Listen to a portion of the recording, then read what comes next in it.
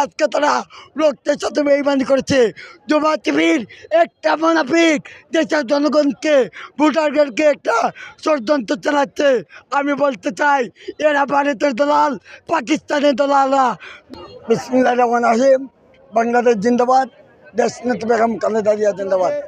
সারা বাংলাদেশে আজকে এই কেন্দ্রীয় কর্মসূচির অংশ হিসাবে কানাইঘাটে আজকের এই থানা বিএনপির উর্দুকে এবং পৌর বিএনপির উর্দুকে আজকের এই প্রতিবাদ জনসভা।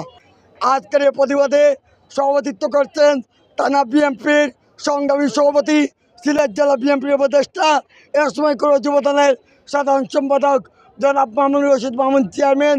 আজকের এই কানাইঘাট বিএনপিকে তিনি সুসংগঠিত করছেন আজকের এই র্যালি এবং এই কর্মসূচি। আমরা তাই জানেন বাংলাদেশের যে কিছু রাজনৈতিক দল 1971 সালে 1996 সালে যারা দুর্ভাষা বেইমান এই জমাচিটা দেখার দেশের জনগণ ইতিমধ্যে তাদেরকে আমরা প্রত্যাখ্যান করছি। আমরা চাই তাদেরকে কানাইঘাটের মাটি থেকে আমরা তাদেরকে বঞ্চিত করেছি। আমরা চাই এই কানাইঘাটের মাটি বিএনপির ঘাঁটি। আমি বলতে চাই আজকে এই নির্বাচন নিয়ে অনেক ষড়যন্ত্র চলছে।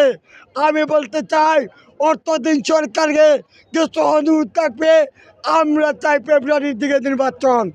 আমরা চাই সেই থেকে তীব্র আন্দোলন শুরু হবে।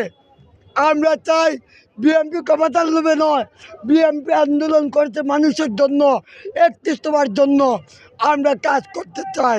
প্রিয় সাংবাদিক বন্ধুগণ, যখন দুর্ভাষা হয়ে যায় 2012 সালে এই জমাতের নেতাকর্মীদেরকে ফাঁসি দেওয়ার কারণে বিএনপি অনেক নেতাকর্মীরা নির্যাতিত হয়েছে, হামলা হয়েছে, আমরা প্রতিবাদ করেছিলাম। আজকে তারা রক্তের সাথে বেইমানি করেছে। জমা টিভির একটা মুনাফিক দেশের জনগণকে ভোটারদেরকে একটা ষড়যন্ত্র চালাচ্ছে। আমি বলতে চাই এরা ভারতের দলাল, পাকিস্তানের দলাল।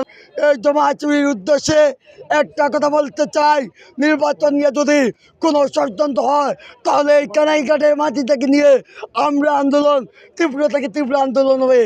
আমরা চাই আজকে 60 লক্ষ আমাদের নেতাকর্মীরা নির্যাতিত হয়েছে। আমরা চাই এই 5ই আগস্টের আগে ডাক্তার শফিকুর রহমান বলেছিলেন আন্দোলনের মেন নায়ক জনাব তারেক রহমান, আজকে সেইটা তুমি অস্বীকার বলতে পারবেন না। আমরা চাই এই 31তমা নিয়ে আমরা কাজ করতে চাই। আমরা চাই ফেব্রুয়ারির দিকে নির্বাচন দিতে চাই। রাষ্ট্র সংস্কারের একটি জনগণের সরকারের একটা প্রতিনিধির দায়িত্ব। দেশনেত্রী বেগম খালেদা জিয়া জিন্দাবাদ, তারেক রহমান জিন্দাবাদ।